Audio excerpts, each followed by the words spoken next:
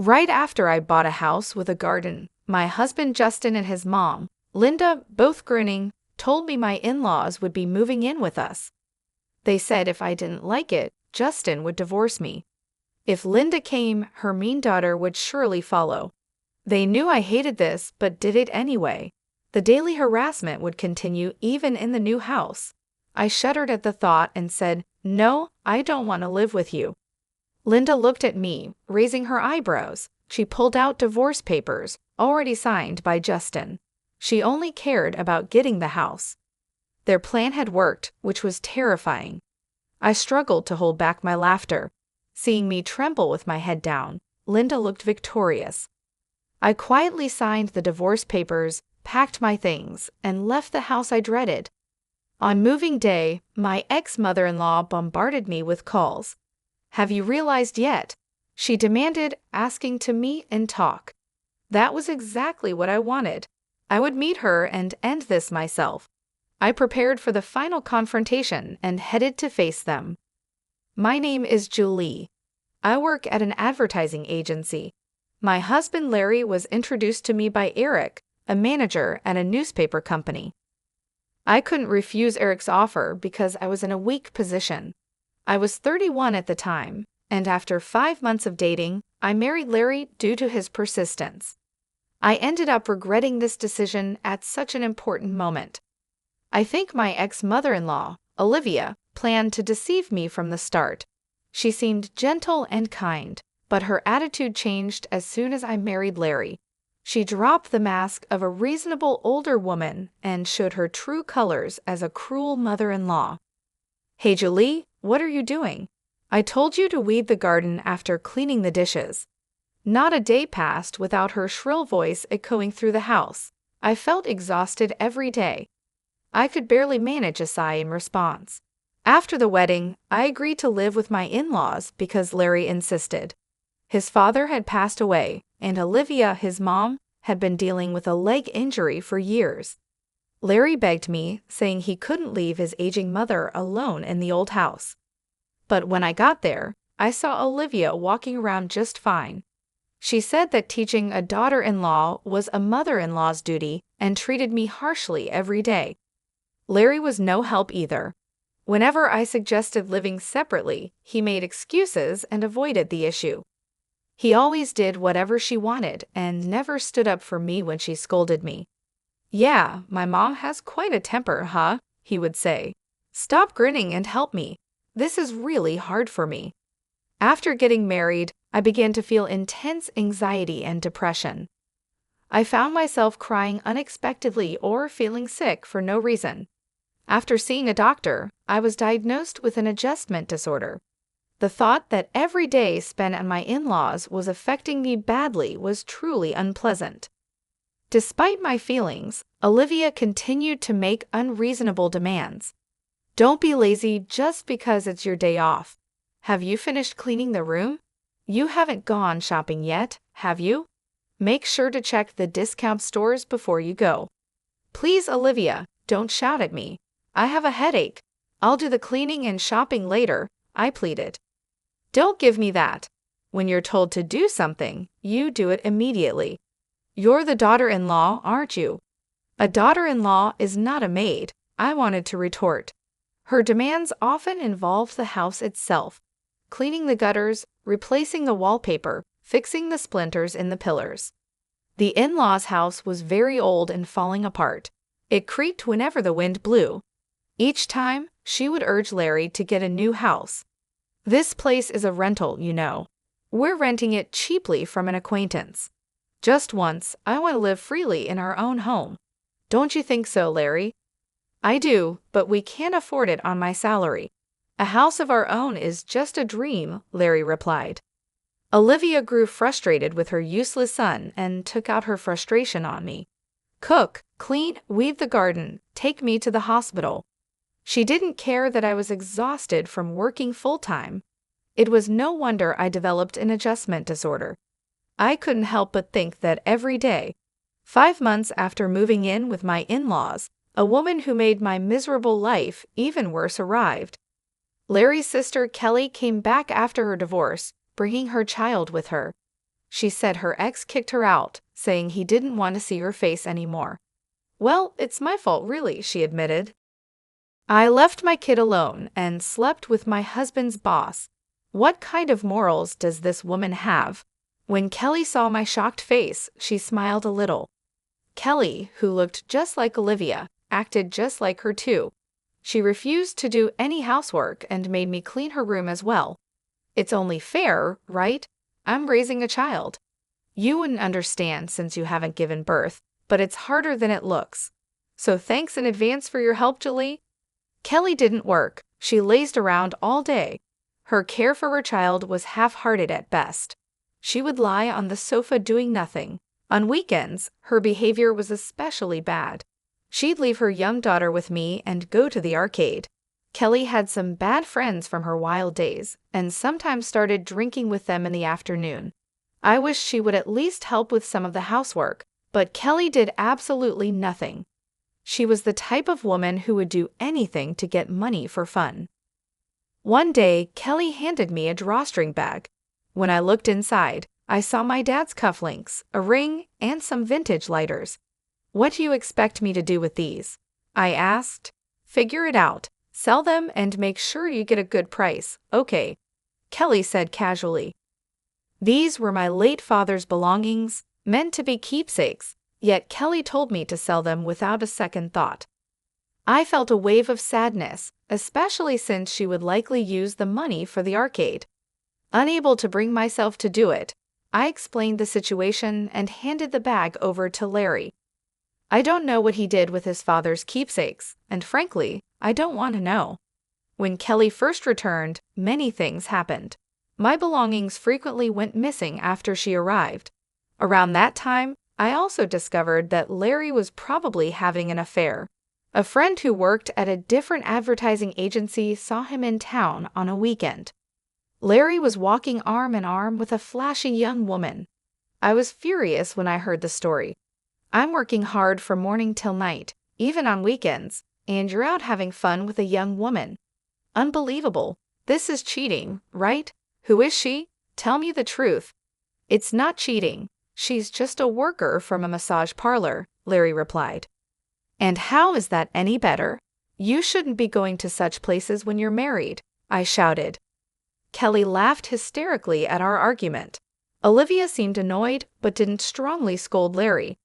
According to Olivia's logic, if a husband goes to such places, it's because the wife isn't devoted enough.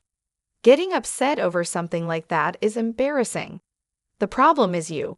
If you were more devoted to Larry, this wouldn't happen, Olivia said. I don't agree, Olivia. Isn't that a bit unreasonable? I said. This is the norm in this house. Besides, going to places like that or having an affair shows a man's strength. A wife should forgive such things with a big heart, you know. What was normal for them was crazy to me. Forgive visits to those places and affairs? There was no way I could do that. My frustration only grew, and I couldn't just stand by any longer. Determined to change this unpleasant situation, I decided to take action. Olivia and Kelly stayed the same day after day, treating me like a servant. They lounged around on the sofa or floor, raising their voices when they were hungry.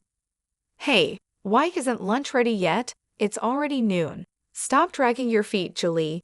You're so slow, it's annoying. Then why don't you make it yourselves? I've been cleaning the garden, airing out the carpets, and shopping with no time to rest, I replied. Don't talk back. Know your place as the daughter-in-law, they snapped. I wasn't even allowed to voice my opinion. I was utterly fed up. I wanted a divorce immediately, but if it were that easy, I wouldn't have been struggling. Larry was introduced to me by Eric, a manager at a newspaper company. I owed a lot to my boss, Richard, who also asked me not to do anything that would embarrass him. Olivia knew this and often used it against me. I was completely stuck between a rock and a hard place. For a while, all I could do was endure. Then, one day, Larry's affair became undeniable. That friend from the other agency got solid proof. The first stage of my plan was complete. I needed to figure out my next move. About a month later, I think it was, Kelly spread out a housing catalog on the dinner table after dinner. From every angle, it was clear that these were items I had put in my bag. Look at this. Julie was planning to buy a house. Wait, did you rummage through my bag? Why? Why would you do that? I demanded. Just be quiet. Oh, it's a nice house, a bit in the countryside, but still. Hey Julie, you should have discussed something like this with me, Kelly said. I had my eye on a house with a garden. As Olivia said, it was in the countryside but looked quite good. I had already visited the place several times and met with the real estate agent. When I admitted this, the three of them became very interested. What? How far along are you in the process? Are you going to buy it? It's cheap and spacious. Not bad at all, Olivia said. Larry added, "Men got to be bold. Oh, well, a house with a garden, huh? That's a big decision if you decide to become the head of your own household. I'll support you, and I'll even help a little financially. Wouldn't you like to leave here and live with Julie in your own place?" Olivia said, pretending to be supportive. She was already encouraging Larry before I could say anything. How fake. She had no intention of letting me go easily. When I asked whose name the house would be under, Larry frowned. I'm the head of the household. It will be in my name, of course. Then can I go ahead with the purchase? We'll buy this house, and the two of us will move out, right? I asked. All right, I've decided. I'll buy the house. Go ahead and move forward with the arrangements, Larry finally said firmly. Olivia and Kelly both praised Larry for his decision, but I noticed them exchanging a knowing smile. A few days later, just after buying the house with a garden in the countryside as planned, Larry and Olivia, both grinning, made an announcement. They're moving in too, Larry said. What? But you said we live there alone, I exclaimed. After thinking it over, we decided to live together. You're not going to say no, are you? If you refuse, I'll make Larry divorce you. I wonder what your boss Richard would think of that, Olivia said. There it was, a cowardly move. If Olivia came, Kelly would surely follow. I shuddered at the thought of daily harassment continuing even in the new house.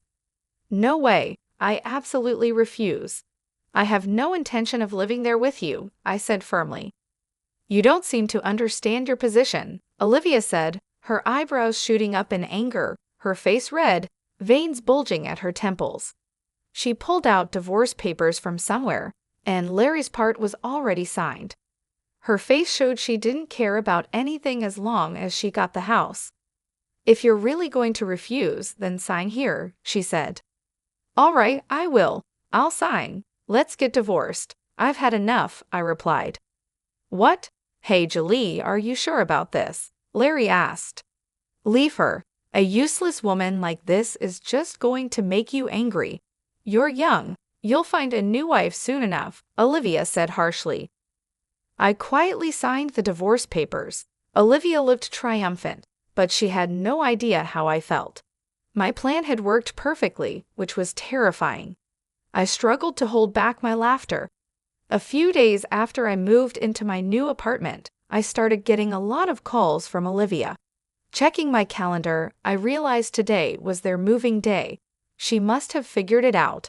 The phone kept ringing nonstop, typical Olivia. Ignoring the calls didn't help, they kept coming. Finally, I answered due to her persistence. Olivia didn't even say hello, she just started yelling. Julie, how could you do this?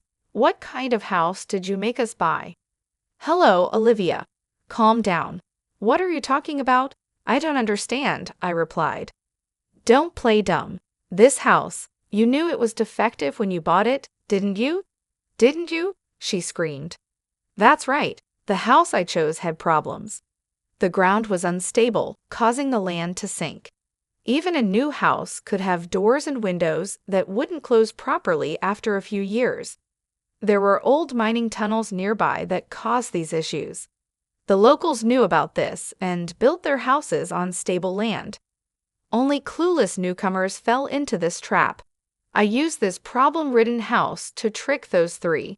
It was tough to find a reasonably priced defective house, even with the help of a real estate agent. I'd also made sure Kelly would steal the real estate catalog from my bag. I had deliberately left my bag in an easy-to-steal place. They fell right into the trap and moved in. It was hard to keep from laughing when I signed the divorce papers. I wanted to tell them everything, but I couldn't. I played dumb. A defective house? That can't be right. There must be some mistake, I said, feigning innocence. What is with that attitude? So fake, just come over here, Olivia demanded. No, honestly, I don't ever want to see you again, I replied firmly. What? What did you say? She yelled. There was no way I wanted to see that unreasonable family again. I told her I wouldn't meet them even if they paid me. Then Larry took over after she clicked her tongue. Julie, please think about our situation a little, Larry said. I could say the same to you, Larry. Did you ever think about my feelings? No, you didn't. I was always isolated, I retorted. I'm sorry. I'll apologize. Just tell me where you moved to, he pleaded. Why would I tell you that? If you showed up, I'd have to move again. I want to cut all ties with you, I said. The conversation went nowhere. Eventually, Olivia and the others started making even more outrageous claims. They said the divorce was invalid and that we were still family. I had 2 colleagues sign as witnesses and submitted the divorce papers to the city hall. They are valid, and there's no way it's invalid. How unreasonable can they be? Anyway, they kept insisting, just meet with us once, Julie. We need to settle this properly. Olivia and Larry were determined to meet and talk. I knew they would keep calling if I kept refusing. I had no choice but to meet them to put an end to it myself. Fine, I'll meet with you once, I said. Thank you, I owe you one, Larry replied. But I'll choose the time and place, okay? I couldn't risk being ambushed or followed. I needed to stay in control to ensure my safety. After making careful plans, I arranged to meet the 3 of them at a cafe. I arrived at the cafe 15 minutes late. Olivia and Kelly were already furious from waiting. Larry had a strained smile on his face. As expected, they were predictable. How dare you keep your elders waiting? It's so disrespectful, Olivia shouted. I don't want to hear about respect from you. So what do you want? I replied. What's with that attitude? It's infuriating.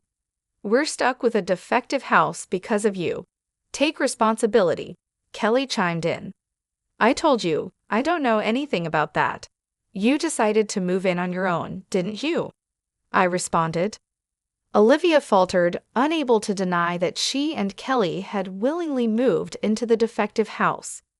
Their previous home was being renovated, so the only place they had to live was the defective house. If you're done, I have something to say.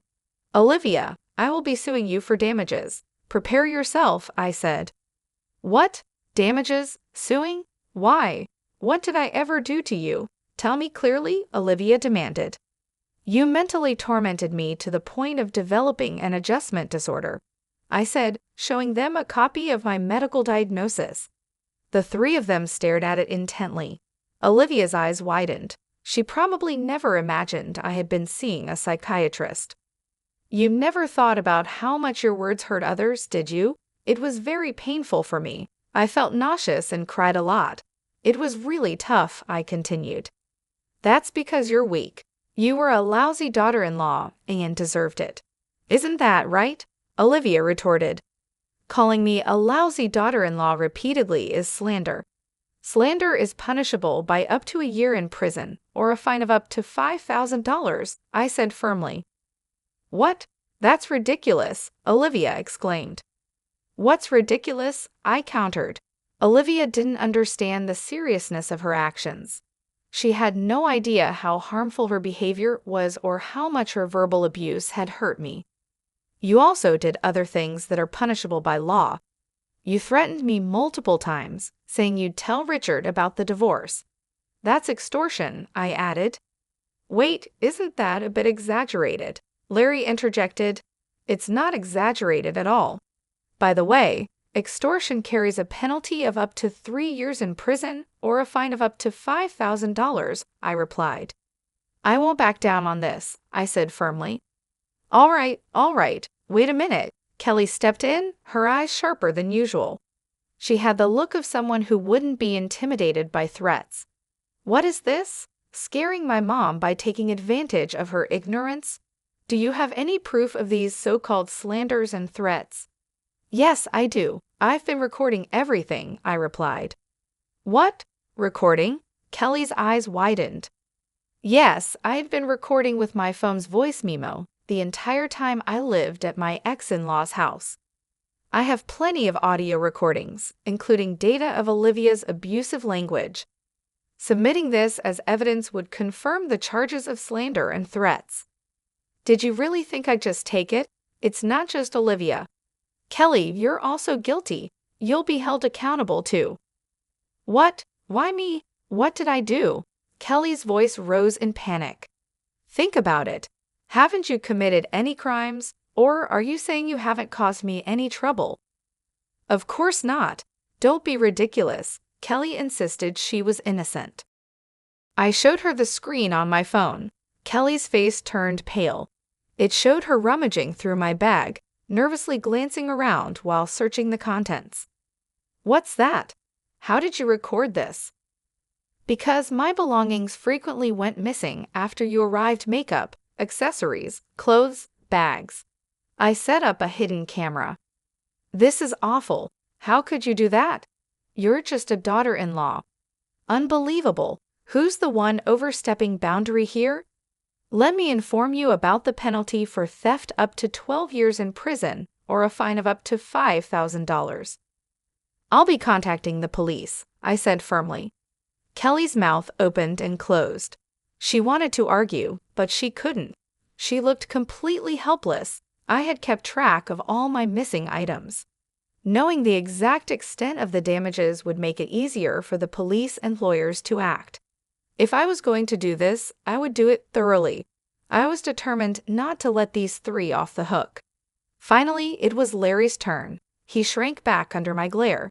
If there was anyone I couldn't forgive the most, it was him. I believed a marriage was about mutual support, but Larry, you saw things differently, didn't you? From start to finish, you were always my enemy, weren't you? Enemy? No, I never meant that. Not at all. Please believe me. Even today, I was trying to mediate as much as possible, Larry pleaded. Sure, enough with the lies. I don't need your mediation, I said coldly. Larry was a cowardly man. He always sided with the stronger party. He had always been with Olivia and Kelly. Even now, he was trying to placate me to save himself. If he had been a slightly better man, maybe, but it was too late now. I would have stayed married if he had just said, "Let's move away and live just the two of us." I might have done that. The name of your affair partner? I believe it's Nickel. What? How did you know? Larry stammered. I had a friend investigate. She's good at that. I even have pictures of you and Nickel entering a hotel together. Look, here they are, I said, showing the photos. No, don't show them. Don't show them. Larry tried to stop me from showing the screen. He didn't want his mother and sister to see his affair. But why should it matter? Their morals were already broken. They were all like-minded. I put my phone and the copy of the diagnosis back in my bag. I had shown all the evidence I needed. Olivia, Larry, and Kelly looked defeated and drained of energy. If they did anything wrong, they'd be reported to the police. They seemed scared, but I was fully intending to consult the police regardless of their actions. I believe the police will come by eventually. Don't try to run. It will only make things worse. And make sure you don't follow me. Understood, I warned. Julie, don't be so cold.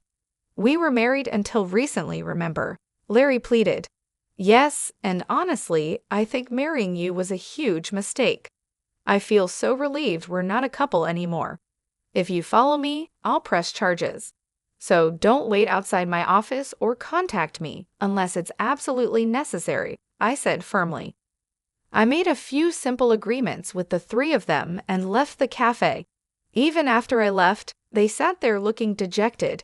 You can't stop people from talking. The news of Larry's divorce quickly spread at his company.